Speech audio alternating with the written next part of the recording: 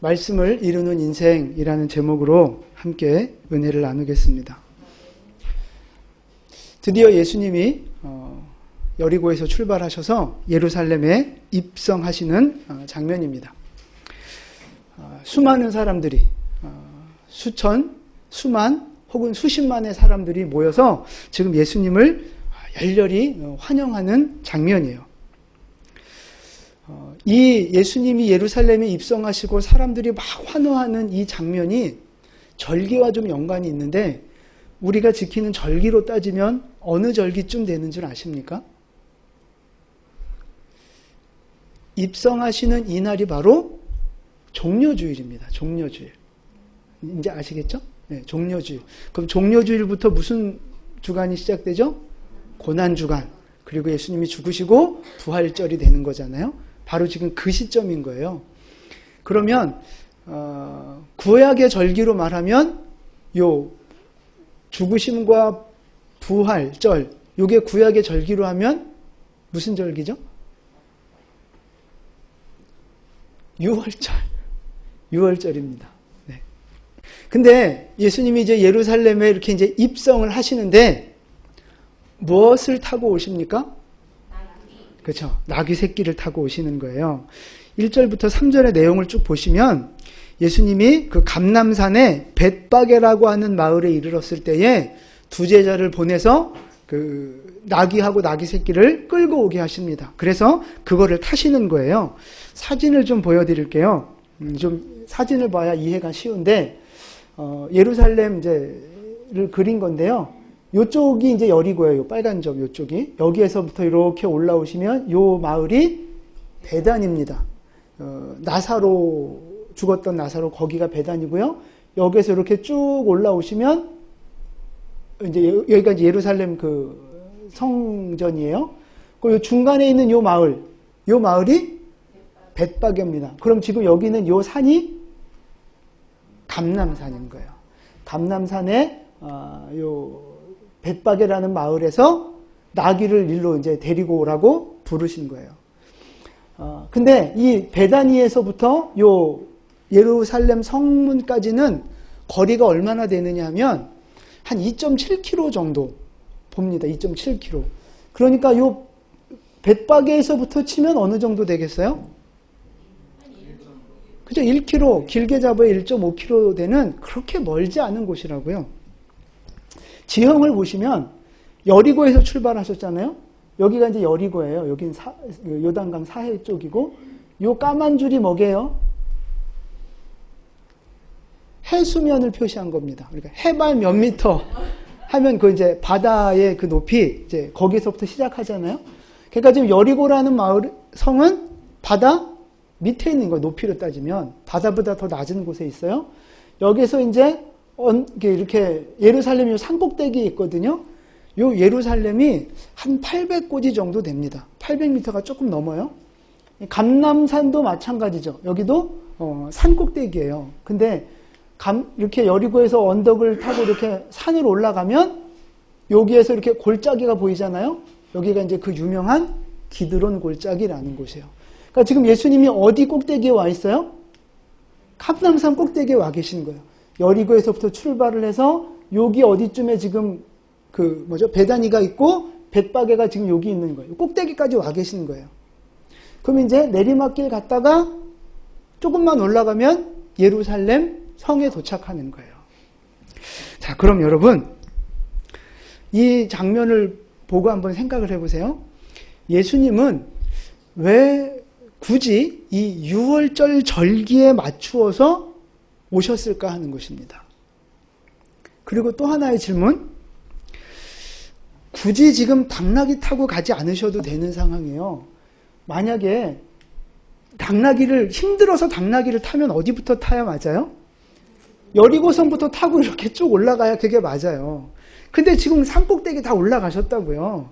그런데 왜 굳이 요 밑에 있는 마을로 내려가서 다시 나귀를 가지고 올라오라 그래서 꼭대기에서부터 타고 내려갔느냐 하는 거죠. 그것도 나귀를, 그것도 새끼를. 어미 나귀하고 같이 있었던 거 보니까 아마 젖도 다 떼지 않은 어린 나귀가 아닐까 생각을 해봐요. 걸어가도 되는 거리를 왜 굳이 어린 나귀 새끼를 타고 가셨느냐 하는 겁니다. 왜 굳이 6월절에 오셨을까요? 왜 굳이 어린 나귀를 안 타도 되는데 타고 가셨을까 하는 겁니다. 왜 그럴까요? 이 두 가지 질문의 대답은 하나입니다. 하나. 바로 하나님의 말씀을 성취하기 위해서 그러신 거예요. 4절 말씀이죠. 우리 4절과 5절 말씀 함께 봉독하겠습니다. 이는 선지자를 통하여 하신 말씀을 이루려 하심이라 일렀으되 시온 딸에게 이르기를 내 왕이 내게 임하나니 그는 겸손하여 나귀 곧 멍에 매는 짐승의 새끼를 탔도다 하라 하였느니라. 아멘. 구약 성경에서 하나님이 미리 예언하셨어요. 메시아가 올 때는 뭐를 타고 온다? 네, 나귀 새끼를 타고 온다. 이렇게 미리 예언하셨어요. 그래서 예수님은 그 예언을 이루시기 위해서 굳이 어린 나귀 새끼를 타고 오셨다는 거죠. 그것도 6월절 절기에. 그래서 구속사를 이루어 가시는 거예요. 우리가 이 장면을 통해서 알 수 있는 게 뭐냐 하면 예수님의 인생의 목적은 하나님의 뜻을 이루는 것에 있다 하는 것입니다. 다시요. 예수님의 인생의 목적은 하나님의 뜻을 이루는 것에 있다는 거예요. 하나님의 뜻 이루는 것. 그래서 예수님이 그 겟세마네 동산에서 그 기도하실 때 가장 인생에 있어서 가장 결정적인 순간이잖아요. 그때가. 그때 기도하고 나 안 해 그러면 되는 거고 아니면 이제 그 메시아의 길을 걸어갈 수도 있는 거고 그 기도하면서 결정하는 가장 마지막 그 중요한 순간에 무엇을 선택하십니까? 그죠? 아버지의 뜻을 선택하잖아요. 내 뜻대로 마옵시고 아버지의 뜻대로 되길 원합니다. 하나님의 뜻을 선택하는 인생을 예수님이 사셨다는 거예요. 그러니까 예수님은요, 하나님의 뜻이라면 자기의 모든 그 뜻을 내려놓으시고 심지어 고난과 수치라도 다 받아들이시는 거예요. 그게 하나님의 뜻이라면. 우리는 하나님 뜻이라도 절대 안 되잖아요. 절대 안 돼. 그건 절대 안 되잖아요. 근데 예수님은 아버지의 뜻이라면 고난도 수치도 조롱도 자기의 모든 욕심도 다 내려놓으셨다고요. 그러니까 자기 인생의 모든 것을 하나님 뜻에 맞추면서 사셨다는 겁니다. 할렐루야. 그게 예수님의 인생이었어요. 아버지의 뜻을 이루는 인생. 여러분, 그러면 우리의 인생은 무엇을 위해 사는 인생입니까? 예수님을 따라가는 우리의 인생은 무엇을 위해 살고 있습니까? 예수님을 우리 마음속에 모시고 살아가는 여러분의 인생은 무엇을 위해서 살아가고 있습니까? 하나님 뜻 이루기 위해 살고 계십니까? 아니면 내 뜻과 내 욕심을 이루기 위해 살고 계십니까? 아멘. 그러셔야 되는 거예요. 우리의 인생의 목표는요, 하나님의 뜻을 이루는 것이어야 합니다. 내가 더 잘 먹고 잘 살고 성공하기 위한 인생이 아니고요, 하나님의 뜻을 이루기 위한 인생을 살아가야 합니다. 반드시 우리는 그렇게 살아가야 돼요. 왜요? 무조건 아멘 하시면 안 되고.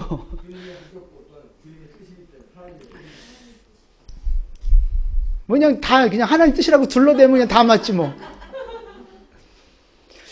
왜 우리는 반드시 하나님 뜻대로 살아야 되느냐 하면요, 우리가 이 한평생을 살다가 죽잖아요.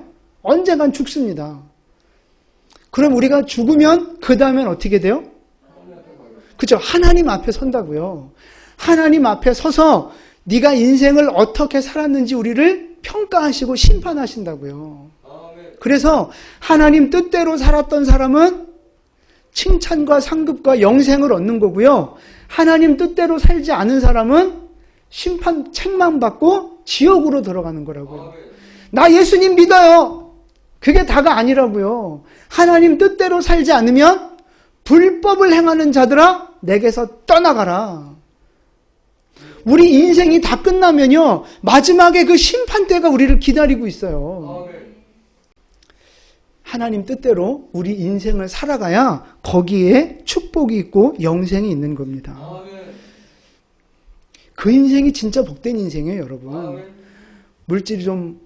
물질에 있고 없은 거 상관없이, 삶의 환경이 좋은가 나쁜가 상관없이 하나님의 뜻을 걸어가는 그 인생이 진짜 복된 인생인 줄 믿으시기를 바랍니다. 그러니까 여러분, 하나님의 뜻 앞에서 여러분의 욕심을 내려놓으십시오. 여러분의 계획들을 내려놓으십시오. 하나님의 뜻 앞에서 온전히 순종하며 살아가는 여러분 되시기를 축복합니다. 그게 복된 인생이에요, 그게. 예수님께서 나귀를 타고 오신 이유가 또 하나 있어요. 만약에 여러분 보고 둘 중에 하나 골라서 타라 그러면 여러분 말을 타고 입성하시겠습니까? 당나귀 타고 입성하시겠습니까? 당연히 말 타고. 네, 한 대 때려주세요. 당연히 말을 타야죠. 뭐 돈키호테 부하 그 산초도 아니고 당나귀 타고 갈 일이 뭐가 있겠어요. 멋있는 말, 그 말 타고 들어가야죠. 그러면 생각해 보세요. 예수님 인간적인 예수님의 입장에서 뭘 타고 싶으셨을까요? 예수님도 100% 인간이셨잖아요. 인간의 마음이 있었다고요. 뭘 타고 싶었겠어요? 그 30대의 젊은 청년이 말 타고 싶지 않았겠어요? 당연히. 그건 상식이라고요. 뭐 예수님이니까 뭐 그런 욕심 전혀. 아이, 천만의 말씀이요. 예수님도 사람이었다고요. 욕심이 있었어요. 그러니까 말 타고 싶은 마음이 있었을 거라는 거죠. 그런데 자기의 마음과 자기의 욕심은 그거였지만 예수님의 선택은 당나귀였다고요. 당나귀. 그러면 왜 이 멋있는 말이 아니고 볼품없는 당나귀를 타고 가셨는가? 슈렉도 아니고. 여러분, 말은 힘이 있고요. 용맹하고요. 말은 주로 뭐 할 때 써요? 전쟁할 때 쓴다고, 전쟁할 때. 그럼 당나귀는 뭐 할 때 써요? 일할 때, 짐 싣고 갈 때 이렇게 많이 쓰는 거예요. 그래서 여러분, 만약에 예수님이 이 땅을 구원하러 메시아로 오셨는데 칼로, 무력으로, 전쟁으로 이 세상을 구원하려고 오셨다면 뭘 타고 오셨겠어요? 말 타고 오셨겠죠. 근데 그게 아니에요. 예수님이 이 세상을 구원하러 오신 방법은 그게 아니라고요. 우리 모든 인류의 죄의 짐을 대신 짊어지시고 우리를 구원하러 오셨기 때문에 멍에 매는 짐승 나귀를 타고 오신 거예요. 그래서 성경에서는 예수님을 뭐라고 말씀하시느냐? 5절 말씀 보니까 내 왕이 내게 임하나니 그는 겸손하여 나귀, 짐승의, 멍에 매는 짐승의 새끼를 탔다. 이렇게 말씀하시는 거예요. 겸손하셔서 멍에 매는 짐승의 새끼를 탔다는 거예요. 근데 여기서 겸손하다는 말을 조금 더 정확하게 번역을 하면 온유하다라는 말입니다. 마태복음 5장에 산상수훈 나오잖아요. 거기에서 온유한 자는 복이 있나니 이렇게 나오잖아요. 거기에 말하는 온유라는 그 단어가 오늘 겸손이라는 단어하고 원어상 똑같은 단어입니다. 그러니까 더 정확한 번역은 온유예요. 온유. 그러니까 그는 온유하여 나귀, 짐승의 새끼를 탔다. 이렇게 번역하는 것이 더 좋다는 거죠. 왜 온유하다고 했을까요? 예수님이 착해서? 온유하다는 말의 뜻은요, 제가 그때도 설교를 드렸지만 길들여졌다라는 의미가 있어요. 길들여졌다. 야생의 그 소나 말이나 이런 것들을 잡아다가 길들여 놓은 상태. 그래서 주인 말을 잘 듣게 된 상태 있잖아요. 그게 바로 온유함이라는 거예요. 온유함. 동영상을 하나 보여드릴게요.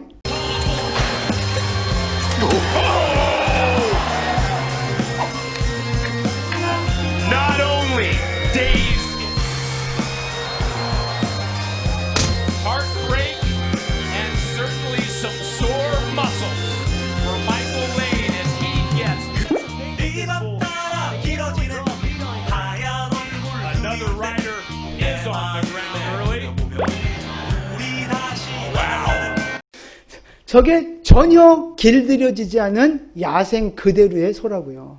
야성을 가지고 있는 소.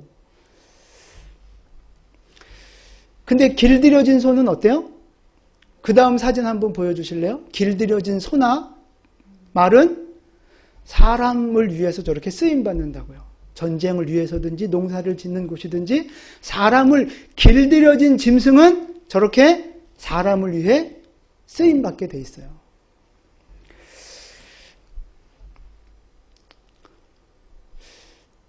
그 동영상 다시 한번 볼 텐데 이제 저 동영상을 보면서 저 미친 듯이 뛰는 소가 나구나 생각하고 한번 보세요. 내 등에 예수님이 타고 계신데 아주 미친 듯이 떨어뜨리려고 하는 저 야생한 소를 나라고 생각하고 한번 보세요. 여러분 나라고요. 나 저게. Not only dazed, heartbreak, and certainly some sore muscles for Michael Lane as he gets another rider is on the ground early. Wow. 예수님은 내 등에 타서 나를 좀 조정해 보려고 하시는데 난 싫어. 그냥 미친 듯이 그냥 예수님에게서 벗어나려고 하는 저게 우리들의 모습 아닙니까, 여러분? 길들여져야 하나님 앞에 쓰임받을 수 있는 거예요. 여러분, 잘 길들여진 짐승은 그 안에 있던 야성이 다 사라지죠? 아니라고요. 길들여져도 여전히 야성은 살아있는 거예요. 그러나 길들여졌고 훈련되어졌기 때문에 안에 야성은 있지만 주인이 가라 하면 가고 서라 하면 서는 거예요. 야성이 없어서가 아니라 훈련되어졌기 때문에 주인의 말을 듣는 거라고요. 예수님이 그러신 분이라는 거예요. 예수님이 그렇게 온유하신 분이라는 거죠. 하나님의 말씀에, 하나님의 성령에 길들여지고 다스려졌기 때문에 예수님을 보고 온유하신 분이라고, 길들여진 분이라고 그렇게 표현하고 있는 거예요. 예수님도 뜻이 있고 예수님도 자기 인간적인 생각이 있지만 그것들을 다 내려놓고 하나님의 말씀 앞에 굴복하는 인생을 살았다는 것입니다. 우리는 어떤가 하는 거죠. 하나님 앞에 길들여져서 쓰임받는 인생을 지금 살고 있느냐 하는 것입니다. 하나님은 지금 우리를 계속 길들여가고 계시는 거예요. 근데 아까 저 소처럼 우리는 자꾸 막 이렇게 펄쩍펄쩍 뛰는 거죠. 싫어 그러면서.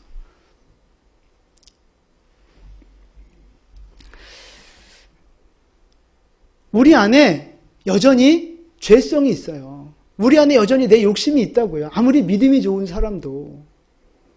그러나 하나님이 말씀하시면 거기에 순종해야 되는 거예요.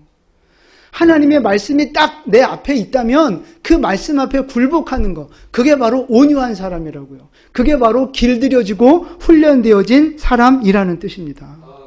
여러분, 내 욕심 채우는 게 먼저입니까? 하나님의 뜻을 이루는 것이 먼저입니까?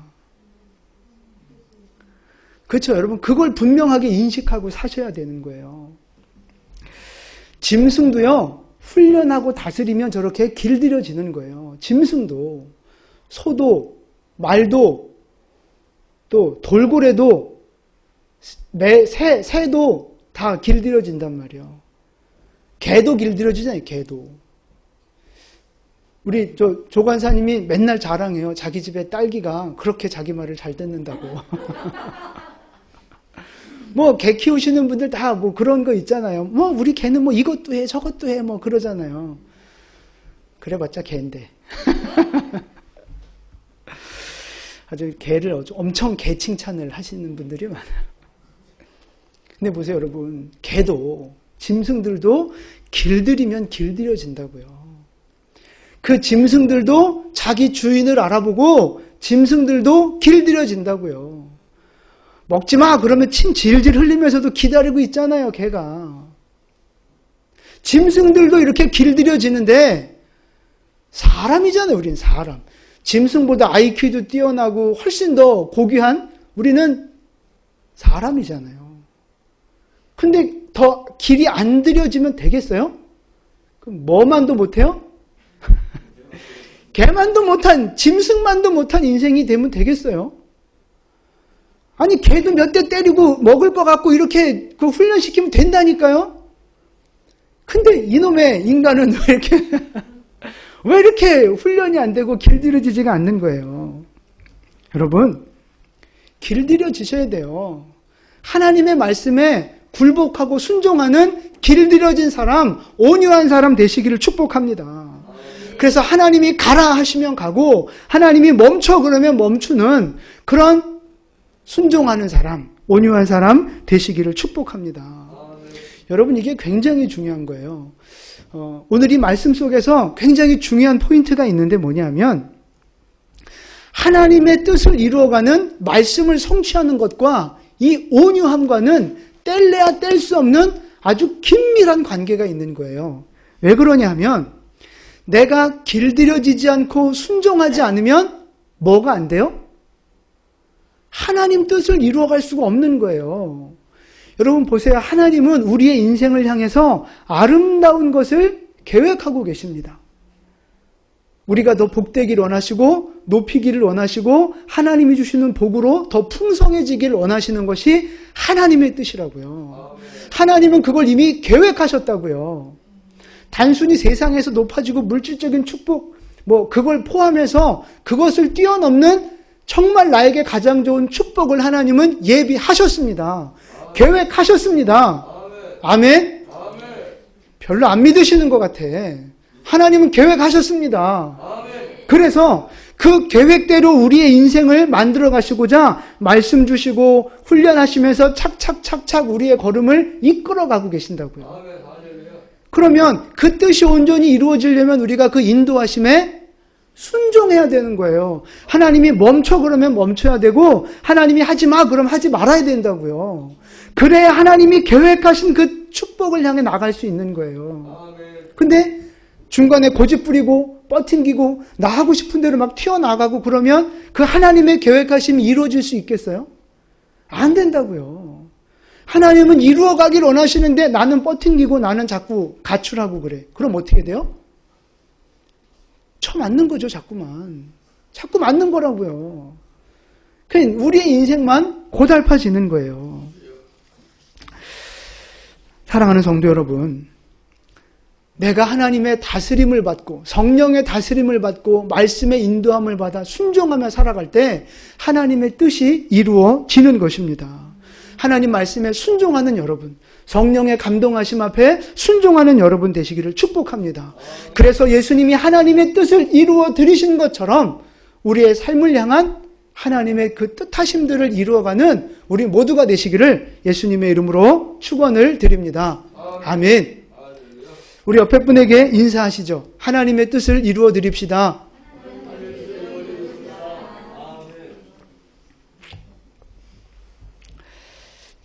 예수님이 나귀를 타고 입성을 하실 때 수많은 무리들이 환영을 하고 환호를 합니다. 이때가 6월절 절기이기 때문에 수많은 순례객들이 더 모여들었단 말이죠. 8절 말씀이에요. 우리 8절 말씀을 함께 봉독합니다. 무리의 대다수는 그들의 겉옷을 길에 펴고 다른 이들은 나뭇가지를 베어 길에 펴고. 아멘. 사진을 좀 보여드릴게요. 그냥 상상해서 그린 그림인데 예수님이 이제 이렇게 당나귀를 타고 입성하시는데 수많은 사람들이 몰려들어서 이 바닥에 깔린 거, 요게 종려나무 가지예요. 여기 들고도 있죠? 좀 더 많이 그렸으면 좀 더 좋았을 텐데 그리기가 귀찮았는지 화가가 조금만 그렸어요. 원래는 훨씬 더 많은 종려나무 가지를 깔았겠죠. 그리고 또 뭘 깔았어요? 겉옷이에요. 겉옷을 깔았다고요. 아주 환호하면서 뜨겁게 예수님을 환영하고 있어요. 그래서 얼마나 그 분위기가 뜨거웠는지 10절에 가보니까 온 성이 소동했다, 흔들렸다, 그렇게 표현하고 있어요. 그럼 여러분, 저 그림에서 종려나무 가지를 왜 깔았을까요? 종려나무는 승리와 기쁨을 상징하는 가지예요.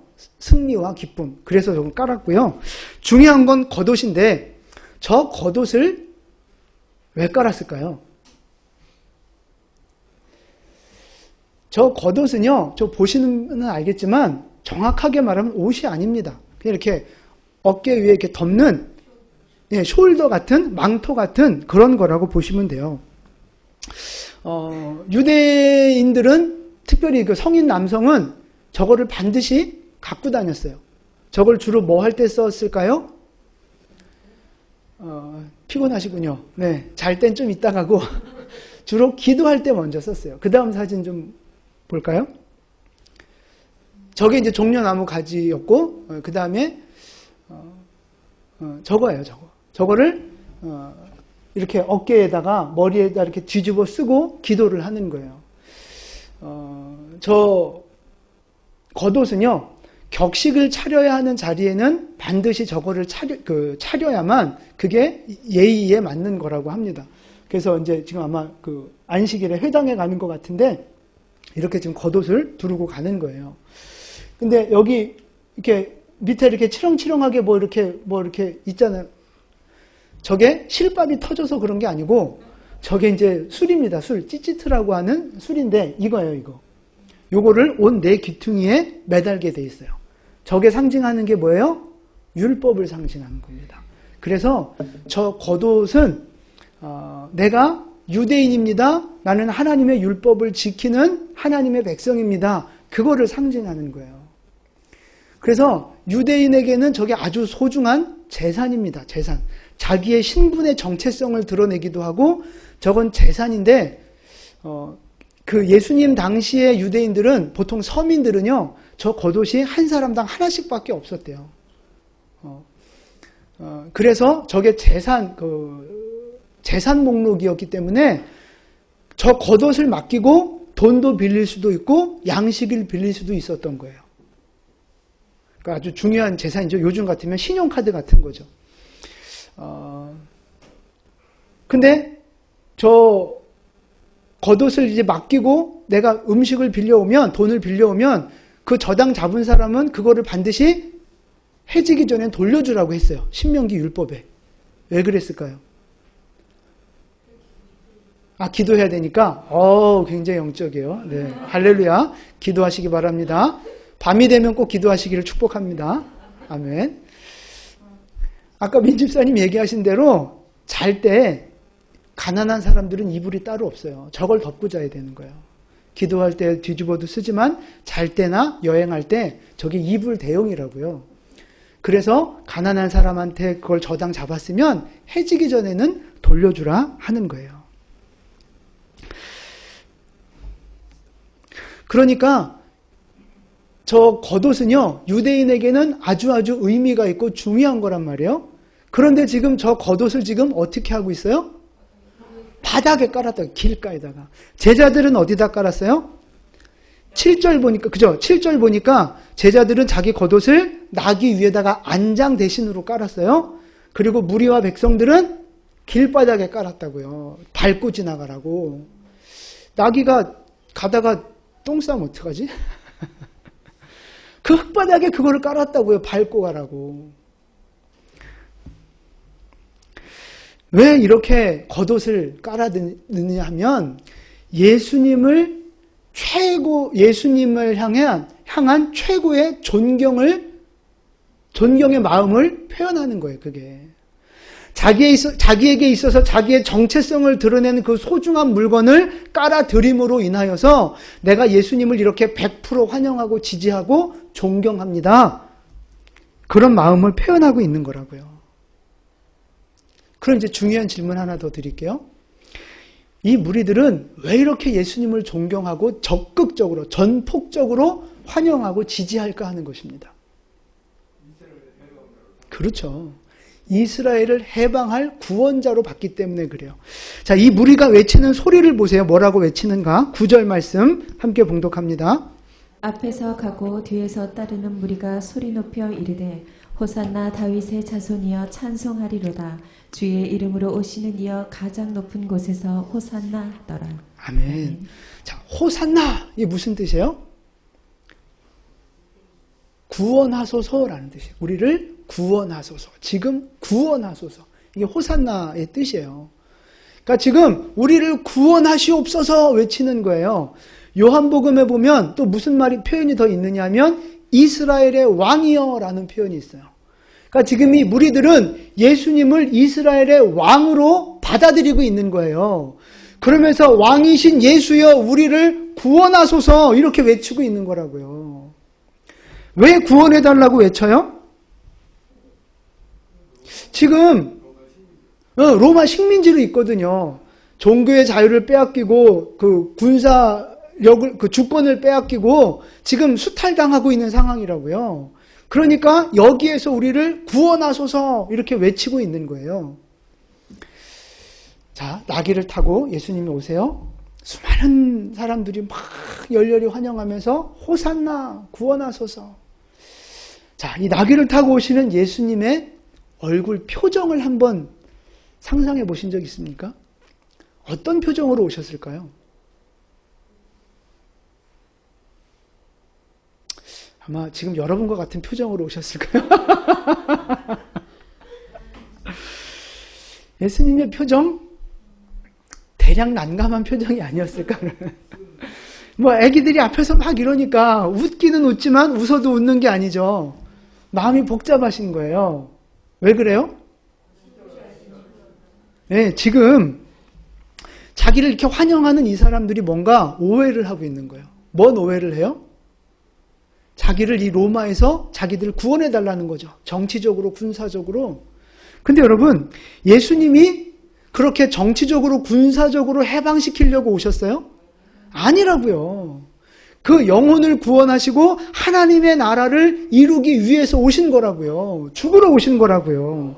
그런데 자기의 마음과 계획은 전혀 모르고 이 백성들이 막 들고 일어나니까 난감한 거죠. 정반대잖아요. 지금 서로 바라보는 게 정반대잖아요. 그러니까 예수님의 마음이 난감하신 거죠. 그래서 보세요. 결국에 예수님이 왕이 되지 않고 무기력한 모습으로 체포되잖아요. 그러니까 그렇게 충성을 맹세하고 막 환호를 드렸던 이 백성들이 어떻게 변해요? 죽여라 그러잖아요. 마태복음 27장 23절 말씀이에요. 같이 봉독합니다. 빌라도가 이르되 어찌미냐 무슨 악한 일을 하였느냐 그들이 더욱 소리질러 이르되 십자가에 못 박혀야 하겠나이다 하는지라. 아멘. 십자가에 못 박여 죽여라 소리치는 거예요. 그 무리들이요. 오히려 빌라도 총독은 이 사람 죄 없어 무죄야 그리고 놔주려고 그랬는데 이 무리들이 오히려 데모를 했다고요. 죽여라 죽여라 데모를 했다고요. 며칠 전까지만 해도 불과 4, 5일 전이잖아요. 그때만 해도 자기의 겉옷을 깔아드리면서 열렬히 환영을 했다고요. 이스라엘의 왕이요. 그런데 자기들이 생각했던 그 계획과 뜻이 이루어지지 않으니까 이제는 예수님을 배신해서 대적하는 사람이 됐다는 것입니다. 원인이 뭐예요? 문제가 뭐예요? 예수님에 대한 잘못된 믿음과 오해 때문에 그런 거예요. 예수님을 잘못 알고 있었어요. 예수님이 이 땅에 오신 이유를 착각하고 있었다고요. 그러니까 지금 이 무리들은 하나님의 뜻이 뭔지, 예수님이 왜 이곳에 오셨는지를 정확하게 모르고 있는 거예요. 그냥 단지 내가 기대했던 건 이건데, 내가 꿈꿨던 건 이건데 이대로 되지 않으니까 분노, 열정만큼 그것이 분노로 바뀌어서 예수님을 죽여라 소리치고 있는 거죠. 그 대표적인 인물이 누구예요? 가룟 유다라고요. 가룟 유다. 근데 여러분, 우리들도 마찬가지예요. 이 무리들이 오해했듯이 우리도 예수님에 대해서 오해하는 모습들이 오해할 때가 있어요. 여러분 잘 생각해 보세요. 예수님이 이 땅에 왜 오셨어요? 구원하러 오셨어요. 그리고 주신 명령이 뭐예요? 복음 전하는 이유가 뭐예요? 목적이 뭐예요? 구원이잖아요. 내가 구원받았으니 다른 영혼도 구원해라 이거잖아요. 예수님이 이 땅에 오신 목적은 구원이라고요. 구원. 그러니까 예수님을 믿고 따라가는 여러분 모두 다 밤이나 낮이나 영혼 구원 생각하시죠? 하나님의 뜻대로 영혼 구원 생각하시죠? 그것 위에 힘쓰시죠? 할렐루야. 설교 그럼 마치겠습니다.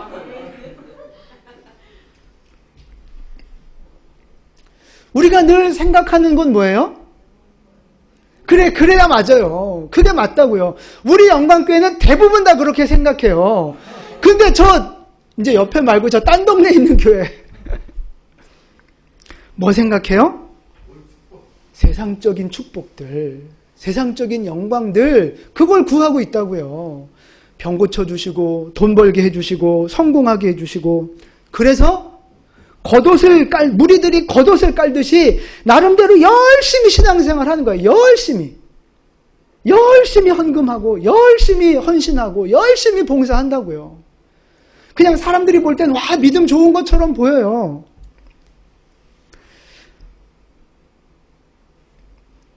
(11조) 하는 거? 아깝지만 그냥 하는 거예요. 열심히 하는 거예요. 왜?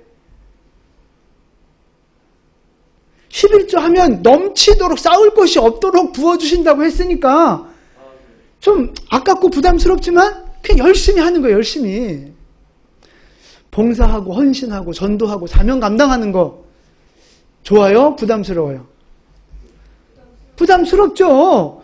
그럼에도 불구하고 그냥 억지로라도 열심히 하는 거예요. 헌금도 그냥 억지로지만 열심히 하고 사명도 억지로지만 열심히 하는 거예요. 왜?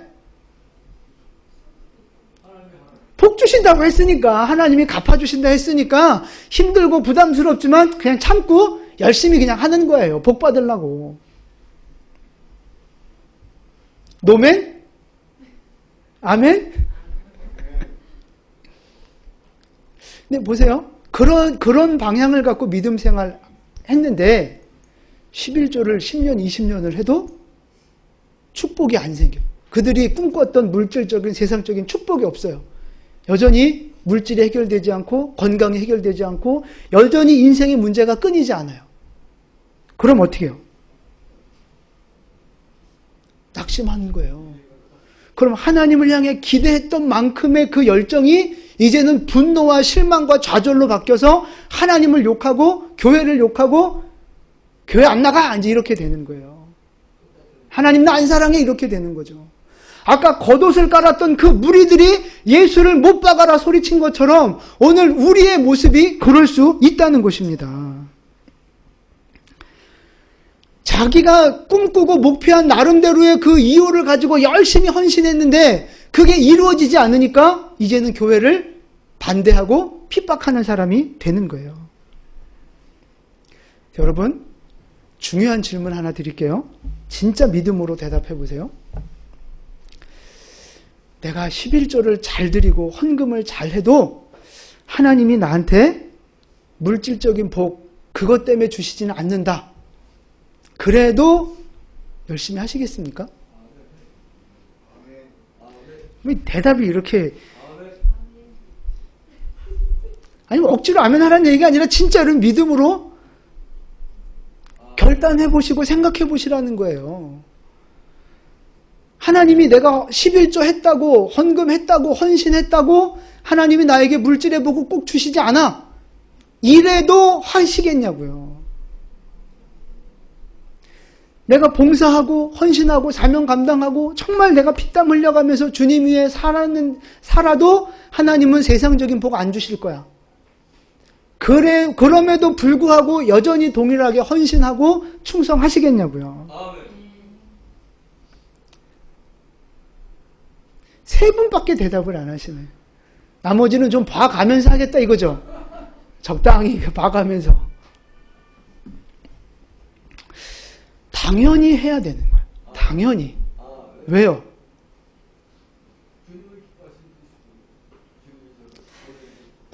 여러 가지 이유가 있습니다. 첫 번째는 그것이 하나님의 명령이에요. 하나님이 하라 하셨으니까 하는 거예요. 뭐 말이 많아. 하나님이 명령을 주셨어요. 그러니까 우리는 해야 되는 거예요. 또 두 번째 이유, 하나님 사랑하는 마음으로 하는 거예요. 감사와 사랑으로. 나 구원해 주셨잖아요. 내 모든 죄를 용서해 주셨잖아요. 감사와 사랑의 마음으로 주님을 위해 헌신하는 거예요. 그러니까 이거는 내가 좋으면 하고 안 좋으면 안 해도 되고 이게 아니라 의무사항이라고요. 의무사항. 헌신과 나의 희생과 섬김과 예물 드리는 건 의무라고요. 의무. 오히려 안 하면 책망받는 거라고요. 한 나라의 국민이라면 세금을 내는 것이 당연하잖아요. 그게 의무라고요. 나라를 사랑하는 만큼 세금 내요? 아니라고요. 정해진 거는 내야 되는 거라고요. 그게 의무라고요. 마찬가지예요. 예수의 피로 구원받은 우리에게는 의무가 있다고요. 의무. 성도의 의무. 그게 우리가 늘 강조하는 11조나 주일 성수나 하나님을 향한 헌신이나 전도와 선교, 이제 이런 것들이라고, 이런 것들. 하나님이 주실 축복과 상관없이 이 의무에 충성하는 여러분 되시기를 축복합니다. 그러니까 하나님이 주세요. 우리가 헌신하고 주님을 위해 드린 것만큼 주신다고요. 주님 이렇게 먹튀하시는 분이 아니에요, 주님은. 근데 내가 그렇게 하는 목적과 중심이 어디에 있느냐 하는 거예요. 복 받으려고 투자하는 개념으로 그렇게 하나님 앞에 드리는지 내 욕심으로, 아니면 하나님의 은혜와 사랑을 바라보며 내가 그렇게 헌신하는지, 그 중심이 중요한 거라고요. 중심이. 주님은 그걸 보신다고요. 고린도전서 9장 16절 말씀 함께 봉독하겠습니다. 내가 복음을 전할지라도 자랑할 것이 없음은 내가 부득불할 일임이라. 만일 복음을 전하지 아니하면 내게 화가 있을 것이로다. 아멘. 바울 사도의 고백입니다. 바울만큼 복음을 열심히 전한 사람이 또 어디 있겠어요. 근데 바울 사도가 자기가 그렇게 열심히 복음을 전했지만 자랑할 거 하나 없다는 거예요. 자기는. 왜요? 부득불 할 일이라는 거죠. 당연히 해야 할 일을 했을 뿐이라는 거예요. 나는 그냥 무익한 종입니다. 그 고백을 하는 거예요.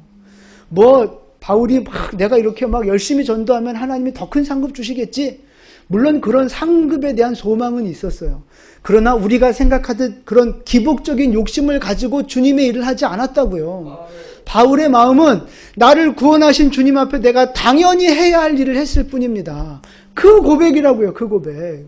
여러분, 이 고백이 우리 모두의 고백 되시기를 축복합니다. 이 의무사항을 하지 않으면 어떻게 된다고요? 오히려 벌 받는다고요. 벌 받는다고. 바울도 그런 마음으로 충성을 했다는 말입니다. 우리가 하나님 앞에 해야 할 일들 당연히 해야 할 겁니다. 여러분, 내가 더 많이 했다고 인정받고 칭찬받고 그런 마음 버리세요. 당연히 해야 할 일을 했을 뿐입니다. 주님은 나를 위해 피 흘리시고 그 수치당하시고 생명을 주셨는데 그 앞에서 내가 설거지 좀 더 했어요. 내가 헌금 조금 더 했어요. 하나님 앞에서 그런 말이 나오냐고요. 그런 말이. 안 된다고요. 당연히 해야 할 일을 했을 뿐입니다. 하지 않으면 오히려 화가 임할 것입니다. 이 고백이 우리의 고백 되시기를 축복합니다. 그러니까 보세요. 하나님의 뜻을 알고 신앙생활을 하는 사람, 이 바울과 같은 사람은 어떤 고난이 와도 그냥 그 고난을 이기며 끝까지 사명을 향해서, 예수님이 그랬듯이 그냥 주님의 뜻을 이루기 위해서 그렇게 살아가는 거예요. 그런데 이 주님의 뜻을 제대로 모르고 신앙의 바탕이, 그 기초가 잘못되어 있으니까, 세상에 있으니까 어떻게 돼요? 가다가 내 뜻대로 안 되면 원망하고, 가다가 문제가 생기고 어려움이 생기면 또 낙심하고, 그렇게 되는 거예요. 그렇게. 그래서 하나님의 뜻을 제대로 아는 것이 참 중요하다 하는 것입니다. 하나님의 뜻을 온전히 분별하여 반드시 승리하는 여러분 되시기를 축복합니다. 그러면 하나님의 뜻이 뭡니까? 오늘 요것만 말씀드리고 마칠게요. 하나님의 뜻이 뭐냐? 크게 두 가지로 말씀을 드릴게요. 하나는 개인적으로 이루어가야 할 하나님의 뜻입니다. 데살로니가전서 5장 16절부터 22절입니다. 함께 봉독하겠습니다. 항상 기뻐하라. 쉬지 말고 기도하라. 범사에 감사하라. 이것이 그리스도 예수 안에서 너희를 향하신 하나님의 뜻입니다. 네, 여기까지 먼저 보세요. 하나님의 뜻이 뭡니까? 항상 기뻐하고 기도하고 감사하는 거예요. 이것이 너희를 향한 하나님의 뜻이니라. 항상 기뻐하고 기도하고 감사하라. 이것이 여러분을 향한 하나님의 뜻입니다. 그 다음 보세요. 그 다음 말씀 같이 읽습니다. 성령을 소멸하지 말며 예언을 멸시하지 말고 범사에 헤아려 좋은 것을 취하고 악은 어떤 모양이라도 버리라. 아멘. 성령을 소멸하지 말라는 거예요. 주님이 주시는 감동 없애지 말라는 거예요. 예언을 멸시치 말라. 하나님이 주시는 말씀을 소홀히 여기지 말라는 겁니다. 말씀에 복종하라는 거예요. 그리고 범사의 모든 일들, 내 삶 속에 좋은 것을 선택하라는 겁니다. 악은 버리고 좋은 것을 선택하는 인생을 살라 하시는 거예요. 이것이 개인을 향한 하나님의 뜻입니다. 이 말씀을 딱 요약하면 무슨 말이 되느냐 하면 거룩함을 추구하는 영적인 삶을 살라는 거예요. 결국 거룩함을 추구하는 영적인 삶을 살라는 겁니다. 그래서 데살로니가 전서에서 이런 말씀을 하셨어요. 하나님의 뜻은 이것이니 너희의 거룩함이라. 하나님의 뜻은 이것이니 너희의 거룩함이라. 하나님이 여러분 개개인에게 원하시는 것은 거룩함입니다. 이것이 성경을 통해 분명하게 말씀하신 우리를 향한 하나님의 뜻입니다. 하나님의 뜻은 이것이니 너희의 거룩함이라. 여러분 거룩한 삶을 살아가시기를 축복합니다. 기도와 말씀으로 영적인 것을 사모하시는 거룩한 삶을 살아가시기를 축복합니다. 이것이 개인을 향한 하나님의 뜻이고요. 교회 공동체를 향한 하나님의 뜻도 있어요. 마태복음 28장 19절과 20절입니다. 그러므로 너희는 가서 모든 민족을 제자로 삼아 아버지와 아들과 성령의 이름으로 세례를 베풀고 내가 너희에게 분부한 모든 것을 가르쳐 지키게 하라. 아멘. 모든 민족에게까지 나아가서 복음을 전하는 것, 그들을 구원하는 것, 하나님의 사람으로 세워 나아가는 것. 그게 바로 교회 공동체를 향한 하나님의 뜻입니다. 이게 바로 하나님의 뜻입니다. 개인을 향한 하나님의 뜻은 거룩함이고요. 공동체를 향한 하나님의 뜻은 세계 복음합니다. 전도하고 선교하여 주님이 다시 오실 길을 속히 이루라는 거예요. 그것이 하나님의 뜻인 줄 믿으시기를 바랍니다. 이 두 가지 개인과 공동체를 향한 하나님의 뜻, 이거를 분명히 알고 신앙생활 하셔야 헛된 길로 가지 않을 수 있는 겁니다. 여러분, 지금 여러분의 믿음은 어디에 세워져 있습니까? 이 하나님의 뜻 위에 세워져 있습니까? 아니면 내 욕심 위에 세워져 있습니까? 여러분이 신앙생활하는 방향이 뭐냐고요. 방향이. 하나님의 이 뜻을 이루기 위해 살고 계십니까? 아니면 내가 이 세상에서 성공하기 위해서 살아가고 계십니까? 하나님의 뜻을 놓쳐버린 인생은 반드시 나중에 하나님 배신하고 낙심하고 문제가 생기게 돼 있어요. 하나님 뜻을 모르는 나 중심의 기복신앙은요, 반드시 무너질 수밖에 없다는 것입니다. 그 무리들이 오늘 우리에게 보여주는 모습이에요. 그러나 바울도 그렇고 제자들도 그렇고 나중에 하나님의 뜻을 깨달으니까 죽더라도 이 사명의 길을 걸어가게 되는 거죠. 어떤 고난과 어려움이 온다 할지라도 믿음으로 그걸 돌파하면서 그걸 이루어 나가는 거예요. 그게 진짜 믿음의 사람이고 그게 진짜 사명자의 삶인 줄 믿으시기를 바랍니다. 그래서 진짜 중요한 게 뭐냐? 하나님의 뜻을 제대로 깨닫는 거예요. 하나님의 뜻을 제대로 깨닫는 거. 사랑하는 성도 여러분, 하나님의 뜻을 온전히 깨달아서 이 마지막 시대에 모든 환난을 이기고 하나님의 비전을 이루어가는 승리하는 사명자 되시기를 예수님의 이름으로 축원을 드립니다. 아멘. 기도하겠습니다.